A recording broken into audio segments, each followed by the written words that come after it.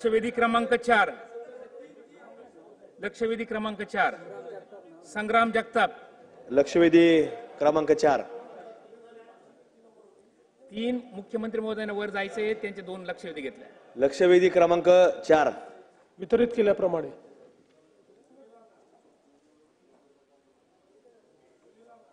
आमच्या अहिल्यानगर जिल्ह्यामध्ये श्रीगोंदा तालुका आहे आणि श्रीगोंदा तालुक्यामध्ये दिवाळीच्या पाडव्याला 2 नोव्हेंबर 2024 रोजी एक फटाकडे वाजवण्यावरनं वाद निर्माण झाला 2 गटांमध्ये 2 समाजामध्ये आणि त्याच्यामध्ये प्रामुख्यानं एक कुरेशी कुटुंब आहे।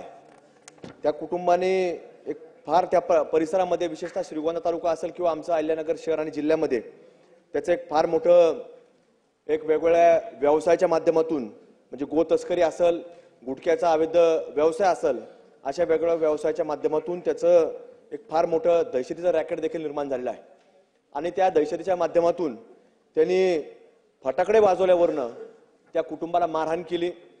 त्याच्यातलं ते ससाने कुटुंब हे विशेष करून आपण जर पाहिलं तर ते एक सर्वसामान्य कुटुंब आहे, मातंग समाजाचं कुटुंब आहे आणि त्याला मारहाण झाली आणि ते उपचाराकरता त्यांना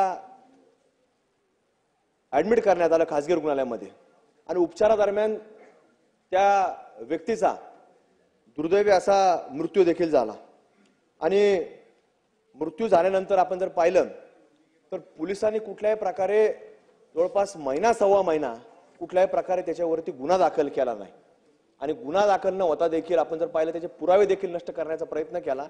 ऑनलाईन त्या कुटुंबाला कुठेतरी आपण शांत केलं पाहिजे, त्याच्या उपचाराकरता देखील ऑनलाईन पैसे हॉस्पिटलला ट्रान्सफर केले।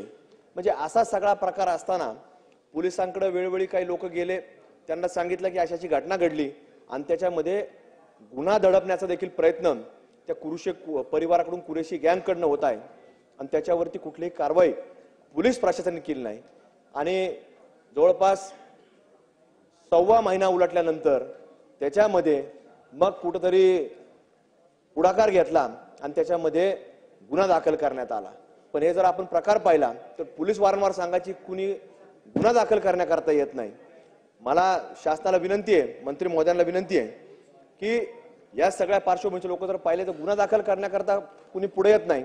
मग त्याचं कारणच एक आहे त्या कुरेशी कुटुंबाची दहशत, ती कुरेशी जी गँग आहे त्याची दहशत ही कुठेतरी मोठ्या प्रमाणात त्या परिसरामध्ये असल्या कारणाने, जिल्ह्यामध्ये असल्या कारणानं तिथं कुणी गुन्हा दाखल करण्याकरता पुढे येत नव्हतं आणि म्हणून जवळपास महिना सव्वा महिन्यानंतर त्या कुटुंबावरती, त्या व्यक्तीवरती, त्या आतिक कुरेशीवरती गुन्हा दाखल झाला आणि अटक करण्यात आली। पण सभापती साहेब, अध्यक्ष साहेब, आपण जर पाहिलं तर त्याला लगेच जामीन देखील झाला। म्हणजे बाकीचे कुठलेही आरोपी अटक नाही, पूर्ण आरोपी अटक नाही आणि त्या प्रमुख आरोपीला लगेच जामीन झाला।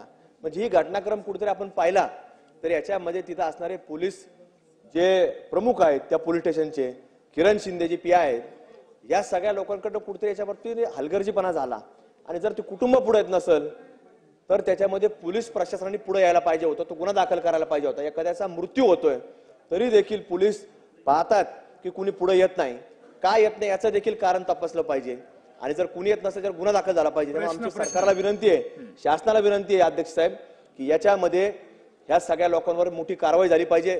गो तस्करी करणारे लोक वारंवार तस्कऱ्या करतात तरी त्यांच्यावरती नवीन कायदा तयार झाला पाहिजे की याच्यावर सुटल्यानंतर देखील, मंत्री साहेब, सुटल्यानंतर याचा जामीन झाल्यानंतर सुद्धा त्याच्यावर गो तस्करीचा गुन्हा दाखल झाला। म्हणजे 18-20 केसेस याच्यावरती आहे।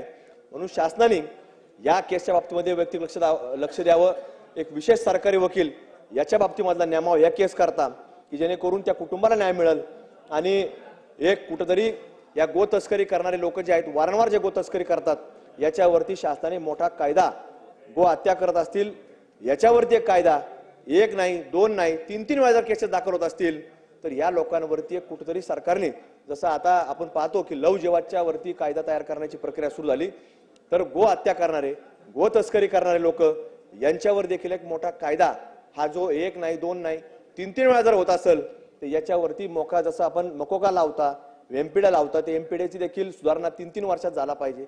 असे काहीतरी कायदे हे सरकारने आणावे अशी एक माझी सरकारला या निमित्तानं विनंती आहे, आपण याच्यावरती सांगावं.